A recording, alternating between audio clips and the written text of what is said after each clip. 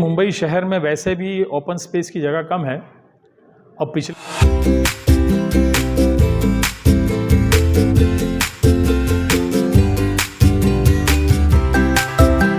बारे में आप लोगों ने प्रेस कॉन्फ्रेंस की। देखिए, मुंबई शहर में वैसे भी ओपन स्पेस की जगह कम है और पिछले करीब 3 साल से मुंबई म्युनिसिपल कॉरपोरेशन की मीटिंगें नहीं हो रही है, क्योंकि जो 2017 में जो इलेक्शन हुए थे उसका टर्म ख़त्म हो गया 22 में। उसके बाद पता नहीं क्यों इलेक्शन कराने डर रहे थे, आज तक 3 साल वो इलेक्शन कराए नहीं। अब हमें पता चले कि इलेक्शन क्यों नहीं करा रहे हैं, पहले नहीं पता था क्यों नहीं करा रहे। तो जो रिज़र्व होता है मुंबई कॉरपोरेशन में, जो डीपी प्लान बनता है, डेवलपमेंट प्लान जिसको मास्टर प्लान लोग बोलते हैं, वो जो हर 20 साल में कायदा ये कहता है कि एमआरटीपी एक्ट के पर हर 20 साल में इनको नया उसमें देखना है या उसको जो है और आगे किस तरह बढ़ा जाए और नई क्या रिजर्वेशन होना चाहिए नए टर्म्स के, ये तमाम चीज़ें हर 20 साल में एक बार होता है। और जिसमें म्युनिसिपल कॉर्पोरेटर्स भी रहते हैं उस कमेटी में, और जो ऑफिसर्स होते हैं म्युनिसिपल कॉर्पोरेशन के, टाउन प्लानर होते हैं, हर किस्म के लोग, स्टेट गवर्नमेंट से यूडी से कुछ लोग आते हैं।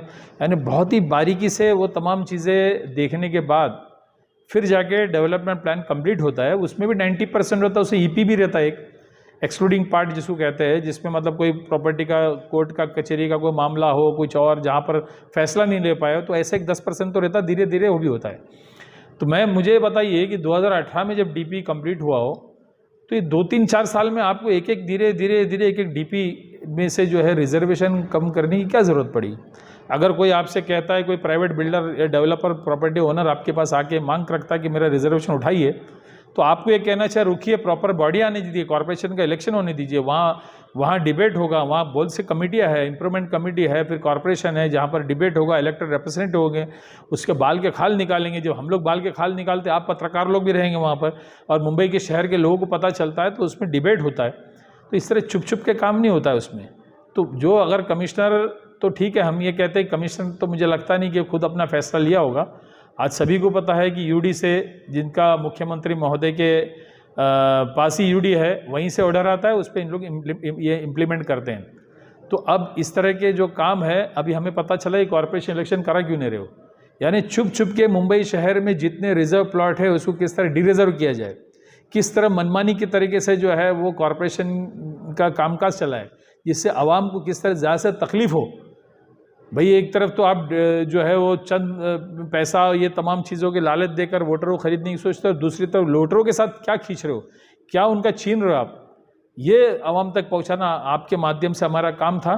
तो एक तरफ जुहू का एक प्लॉट है जो प्राइम प्लॉट है, टुलिप स्टार के सामने है, जो बिल्डर कई सालों से जिसकी कोशिश थी कि उसका रिजर्वेशन उठे। अच्छा, मैं आपको बताऊँ, 91 के रिजर्वेशन डीपी से पहले भी उन्होंने कोशिश किया था निकालने के लिए। उस 25, 30, 35 साल से जो ओनर है वो सोचता रिजर्वेशन निकाले, जबकि कॉर्पोरेशन को चाहिए कि मुआवजा देकर वो प्लॉट ले ओनर से और गार्डन बनाए और जुहू के लोगों को दे। वो छुप कर इन्होंने जो है वो उसको कैंसिल करने का काम किया। म्युनिसिपल कॉर्पोरेशन ने मंजूरी दी। अब वो चीफ मिनिस्टर के पास है, तो हमने चीफ मिनिस्टर को पत्र लिख के मांग किया कि नहीं बिल्कुल नहीं, आप मुंबई शहर और के लोगों के लिए तरस खाइए, उसमें दस्तखत ना कीजिए। आप पता नहीं आज दस्तखत किए कि नहीं, अभी तक दस्तखत होता नहीं, हमने मांग की लेटर लिखा है। दूसरी तरफ आपको बता दूं, जहाँ पे जेवीपीडी स्कीम है, जहाँ जुहू गली है, एक तरफ गिलबर्ट हिल एक तरफ है, जहाँ पे जेवीपीडी स्कीम है, जू है, डी नगर है, उसके दरमियान एक प्लॉट है।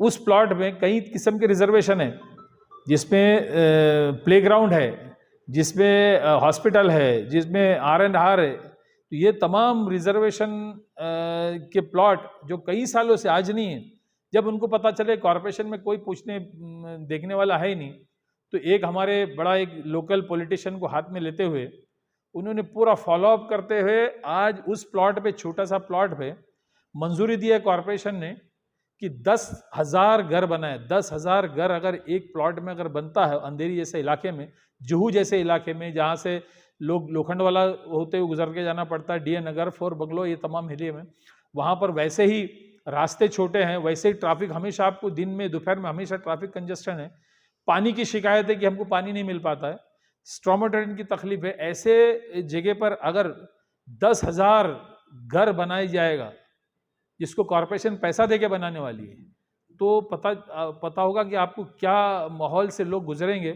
मैं तो ये समझता हूँ कि लोग घर बेच के निकल जाएंगे ऐसे हालात में।